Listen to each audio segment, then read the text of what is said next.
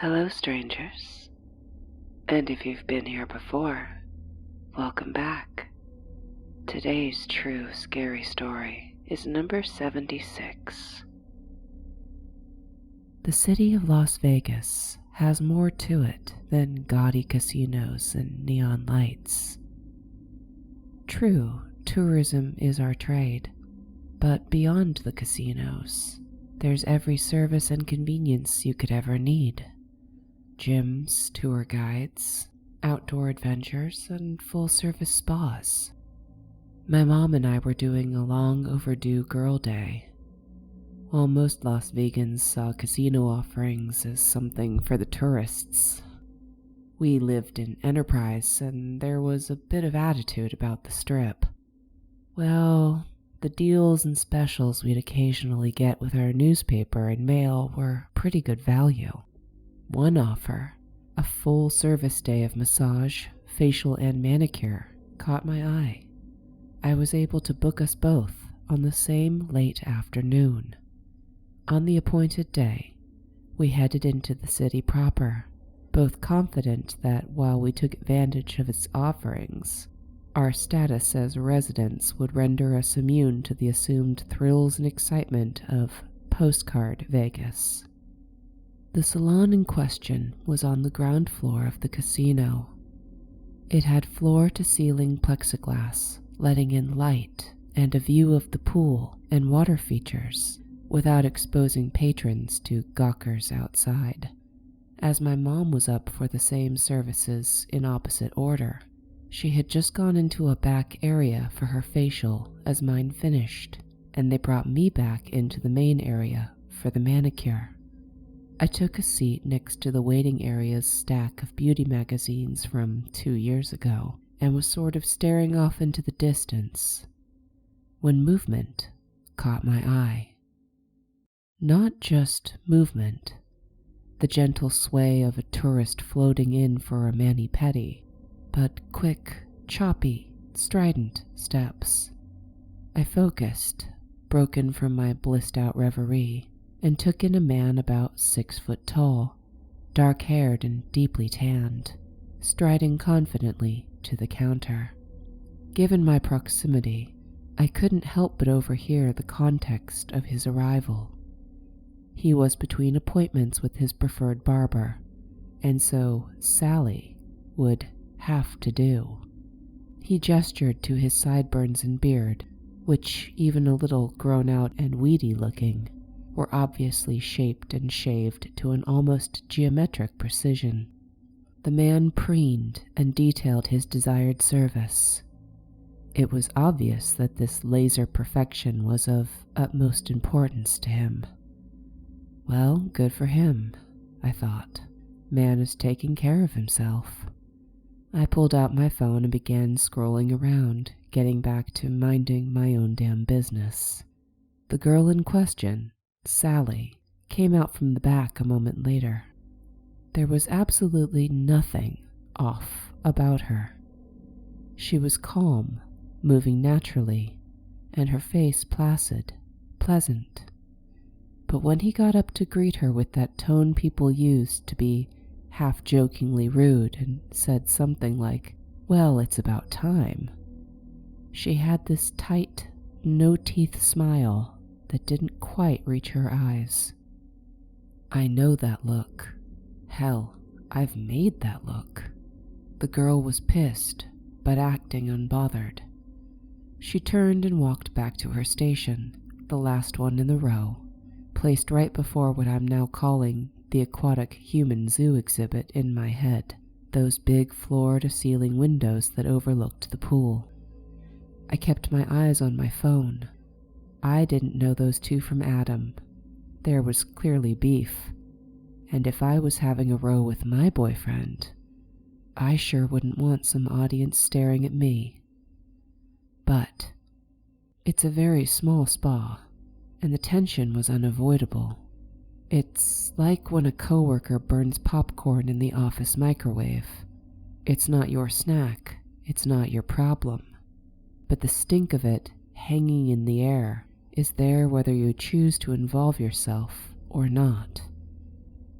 He was chattering away, fidgeting out his big flashy watch as though this man was doing her a favor with his valuable time. She got right down to it, cleaning up the lines of his topiary-looking face. Then, as he was prattling about some event he needed to check on the table orders for, so that was his gig, some sort of floor manager or event planner, Sally finally spoke, low and clear. Her voice cut across the din of chattering ladies in the spa. She said, "You need to get there early to see to the tables, or to see her." The stank was on how she spat out the word her. Only one word, but her mask had slipped, and like a magic eye puzzle, the whole picture snapped into view. She was acting serene, unbothered, but really, she was furious. And from the context, it was because he'd strayed. I glanced around and did a ring check. His watch hand was his left.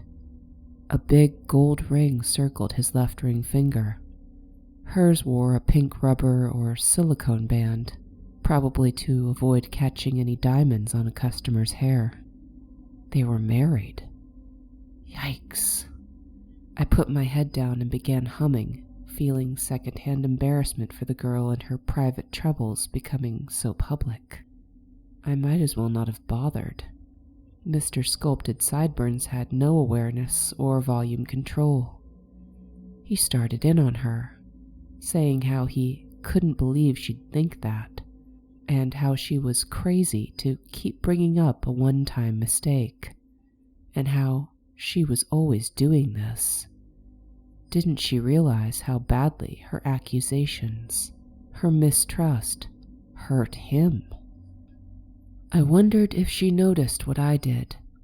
Nowhere in his little diagnosis of her wrong-headed thinking did the man answer her question. Her tight little line of a mouth was the only visible tension. Otherwise, she was keeping her peace. But I was growing increasingly more uncomfortable. It had been a bit of a gossipy-free show, but this was obviously a couple that had gone through some things. I felt unseemly being so aware of it. I tried to bury my head in my phone and ignore it. As though she was aware of my attempts to ignore their fight, though, Sally's voice rang out clear. "So tell me, it's not to run off backstage with her, then?" Her voice was ice cold, a cold I felt in my gut. If I wasn't in this weird spectator surface level vantage point, maybe I would have read the discomfort I was feeling differently. But as was, I was seeing the tidy little domestic spat and not seeing what storm was actually coming. The man had this rational adult explains the tooth fairy to his too old to still be believing child tone. It set my teeth on edge. He capped it off with a deep sigh, then said, "No, Sal, it's not to run off backstage with Tiffany." There was a beat after his curt little statement that read as a "so there." Everything was still. My heart began to pound. My body must have been tapping into some animal instinct before my brain could see it, like my body was a dog sensing a coming earthquake, and my brain its inattentive human owner. Then, there was a flash. The scissors she'd been using to trim his mustache from its slight overhang over his lips caught the light as, like a twitch, she sank them into his throat. Immediately, the stillness broke. I was yelling something into a din of cries, screams coming from everywhere, everyone all at once. The man was clutching at the silver hoops of the scissors and yanking on them, sending splats of blood sailing, hitting the floor, his fancy duds, her spotless apron. She was just standing there, watching as he pulled out the scissors, tearing his own throat, trying to both stand and run away from her chair. he ended up toppling the whole thing. The blood was gouting like a broken fire hydrant.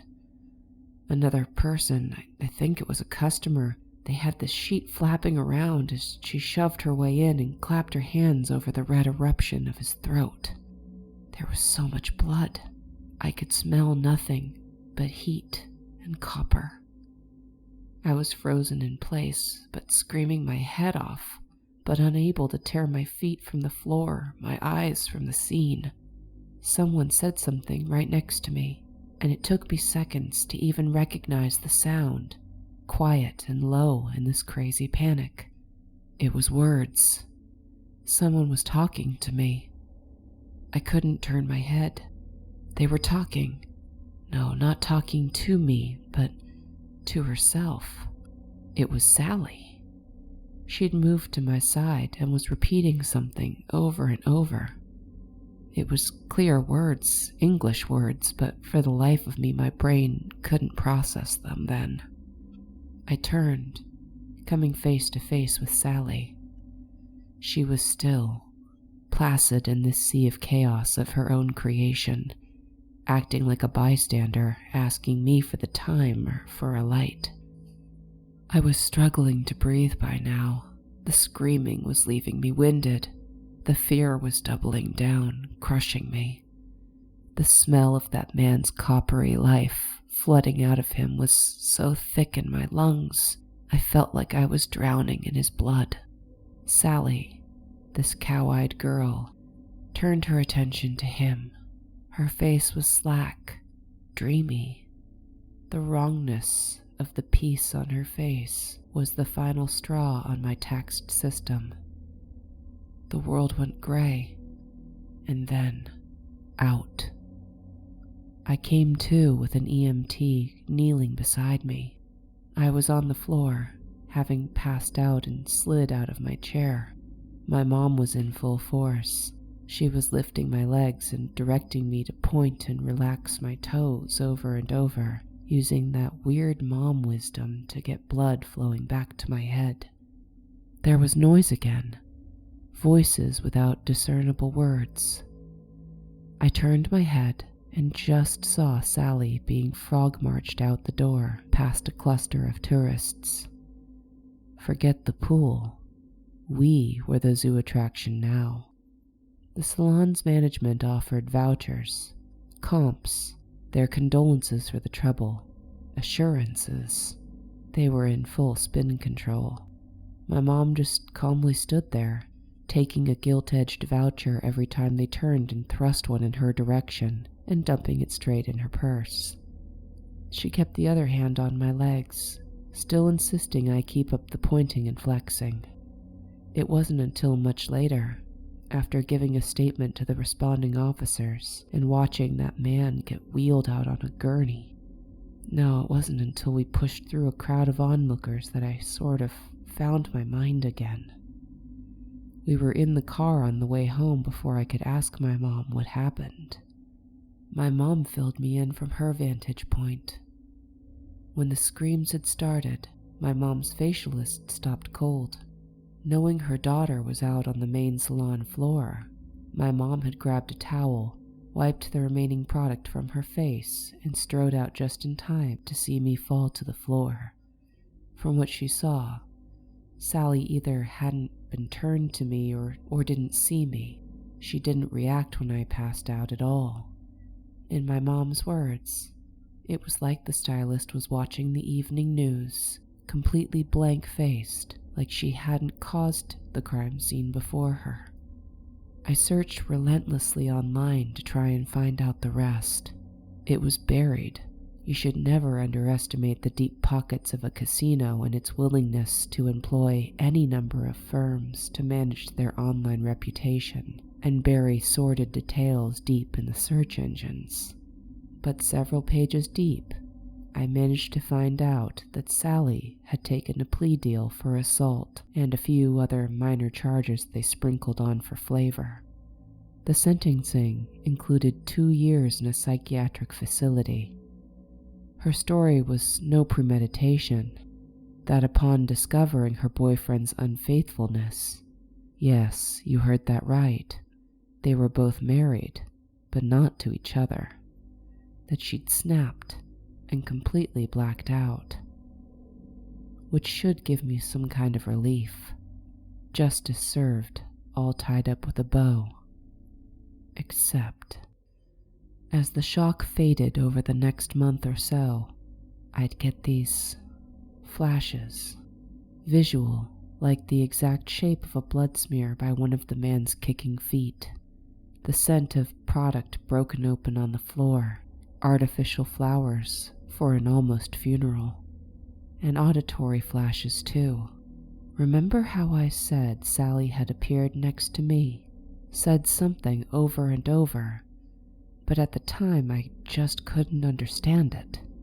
Well, understanding or no, it had been copied onto my mental tape recorder all the same, and one day, while I was washing the dishes, it came back. The plate I was running water over had ketchup on it. I saw the clot of red sauce dislodge from the plate, and suddenly I heard Sally's voice. Calm, lucid, not some lunatic shriek. As she'd stood there, watching the man she'd loved come close to dying before her, she'd said, "Tiffany." "Who's Tiffany?" "The girl I caught you with was Denise." So I ask you, when it comes to her plea of no premeditation, how far gone could she really have been? Come for the specials, stay for the floor show. Stay strange and stay safe out there. Until next time, take care, strangers.